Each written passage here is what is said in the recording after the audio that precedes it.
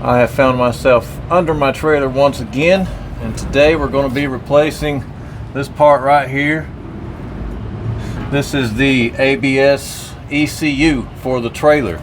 Part number AL919338. We're also going to be replacing this little 6-foot power cord for it. We're going to be using this adapter because the new one has a different plug-in than the old one. Right here, got to pull this cap off. So let's get started. Remember to unplug the light cord from the trailer first. So the ECU is located behind the front axle on my trailer, right behind the air tank. If you crawl under the trailer between the two axles, it's pretty easy to spot. It's right under the floor. Now the directions are from Haldex, and they give some directions, which is pretty nice. Let's see, so step 1, step 1A is disconnect the ECU solenoid cable from the ABS valve. And you see they give you a little picture right here. So that's going to be this one right here. You just turn it counterclockwise, pull it out. So now we got step 2, disconnect the power cord at the top of the ECU. It's going to be this one. So for this one, you just push up the tab on the top, and then at the same time you pull it out. Real easy. Now we're on step 3, disconnect the two sensors. It's going to be right there, these two wires.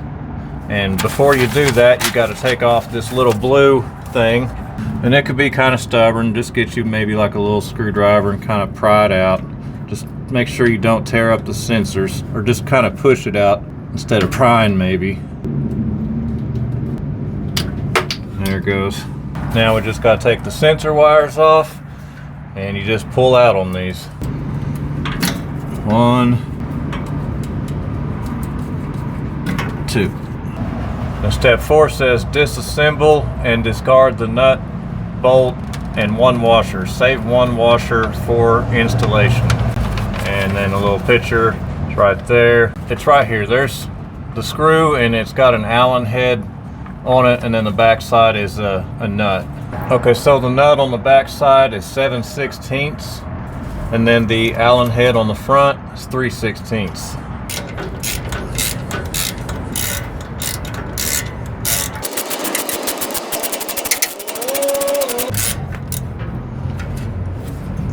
There's the nut. There's the screw. So now we can pull this thing out of there, and it has a little slot right here it fits into in the other side. So basically, to pull it off, you just move it to the right, and there it is, just like that. All right, step 2, installation. Step 1B, apply a small amount of dielectric grease between the ECU and the bracket in the bolt area. And there's the picture, basically right there. Need a little bit of dielectric grease. And we're using a tube of this stuff. And probably the reason for that is because the ECU, it's metal right there where it sits on that bracket. I always like that part, I don't know why.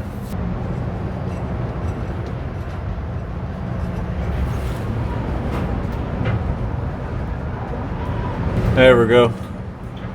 Alright, step 2B, insert ECU tab in bracket slot. Step 3B, assemble support bracket, socket head cap screw, and the saved washer and lock nut as shown. So they actually did give a new bolt, a new nut too.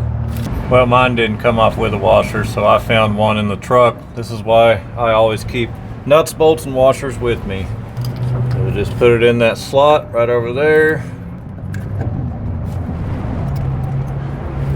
Fits in there a little bit tight.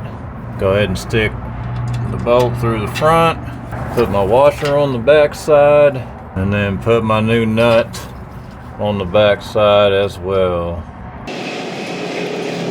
Now we can tighten her down.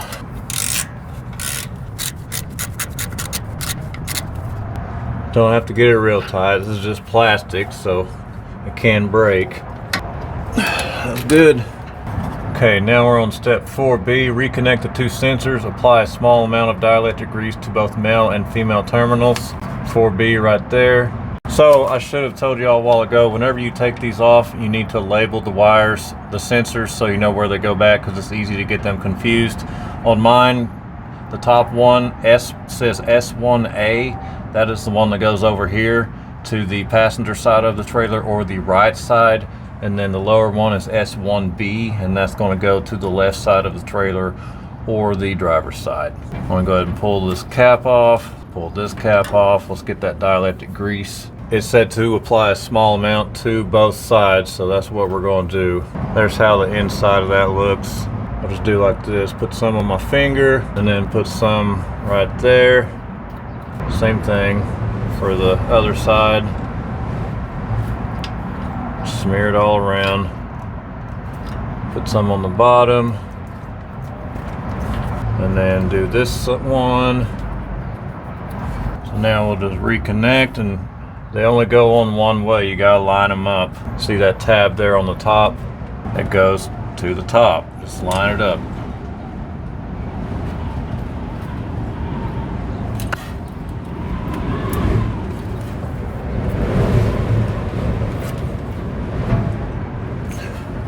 Okay, so now we had to flip the directions around. Step 5B, reconnect the power cord. Apply a small amount of dielectric grease to both male and female terminals. And there is the picture. So that's going to be this one right here.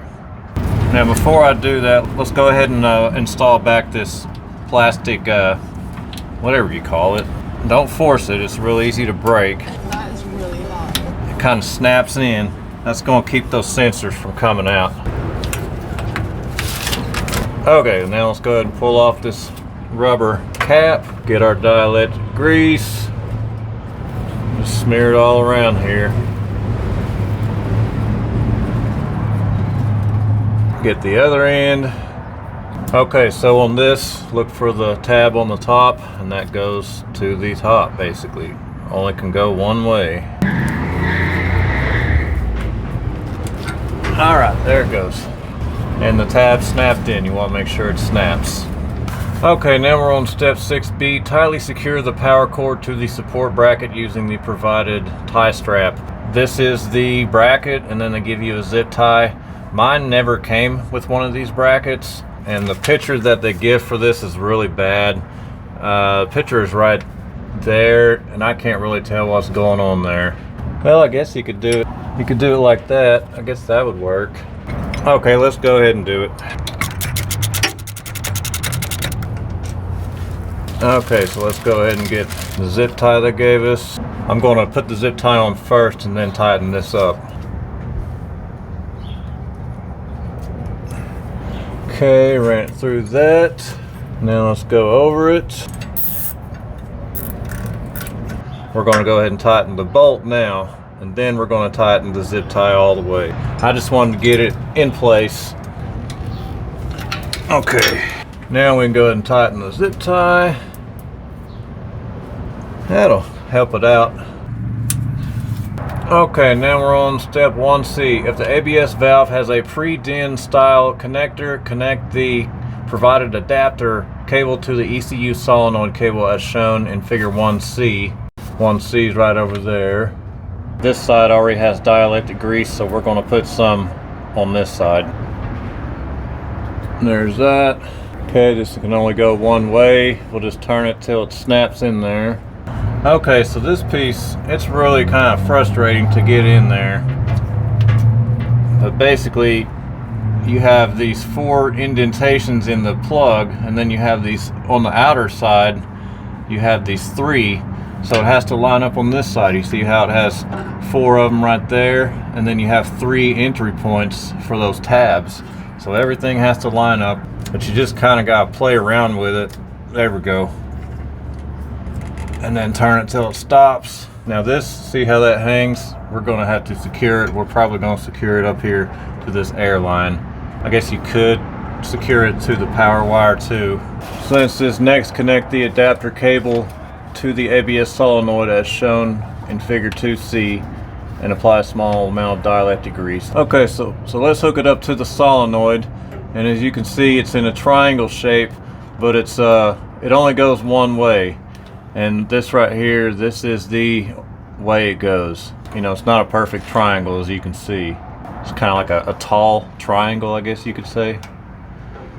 Sticks right in there. And don't cross thread it, it's easy to do. It's just plastic. Doesn't need to be real tight. And that's good. Oh, and that also already had dielectric grease on it, the connector did. So then step 3C is if you're installing it without the adapter cable, which is pretty basic. And then 4C, secure power connector with zip tie as shown in figure 4C. We already did this on step 6B. The instructions, as you can see right here, are pretty much exactly the same. It was really hard to tell exactly what was going on step 6B anyway. It just, everything needs to be secured in a way to where it's not gonna, you know, blow around. Nothing's gonna be hanging down real low. Okay, so I need to wait before I zip tie this adapter to the power cable, because now I'm going to replace the power cable. This is about a 6-foot cable, and it connects up there right around one of those cross members. And you can see I got the new one right here, and the reason I'm replacing it is because one of the ends of it was pretty corroded, and this thing is pretty cheap. I think it was like 25 or 30 bucks. All right, first step, cut the zip tie I just put on there. Now let's go ahead and unplug it. Now we need to take it out of this little piece right here. I think you just pull this back. Yeah, and it lifts up. Now we can slide that out of there. Now let's go over here. We are now on the front side of the front axle, right underneath the floor, and I am disconnecting that 6-foot cable from the main cable, and now I'm just pulling it through the cross member.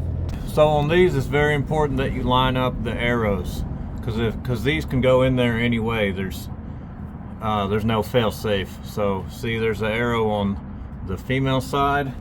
The male side got an arrow too. You just gotta look for it right there. So let's go ahead and put some more dielectric grease on both ends. That's good. Go ahead and push this on through. And line them arrows up.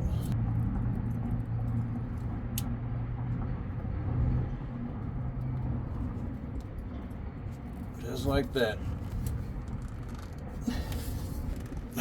Press it all the way together. That's it. And now let's go ahead and pull it on through. There it is.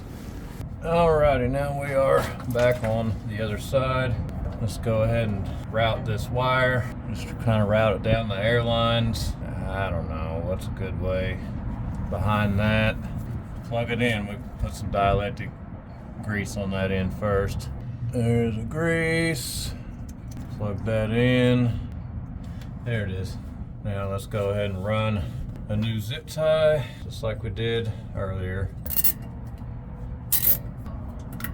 So now we can go ahead and secure the power wire to these air lines.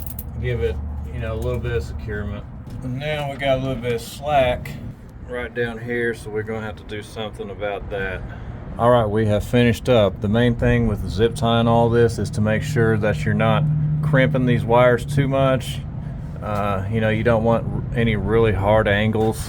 You don't want things that could be rubbing against each other over time, especially these wires on metal.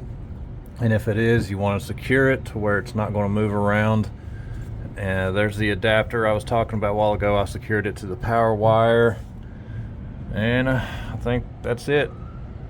Thank you for watching my video. If you like what you saw, remember to hit subscribe. It really helps out my channel. Or just give me a like, drop me a comment, or don't do anything, boys. It's all good, no hard feelings. And remember to watch one of these videos, and we'll see you on the next one, guys. Y'all have a good one out there and be safe.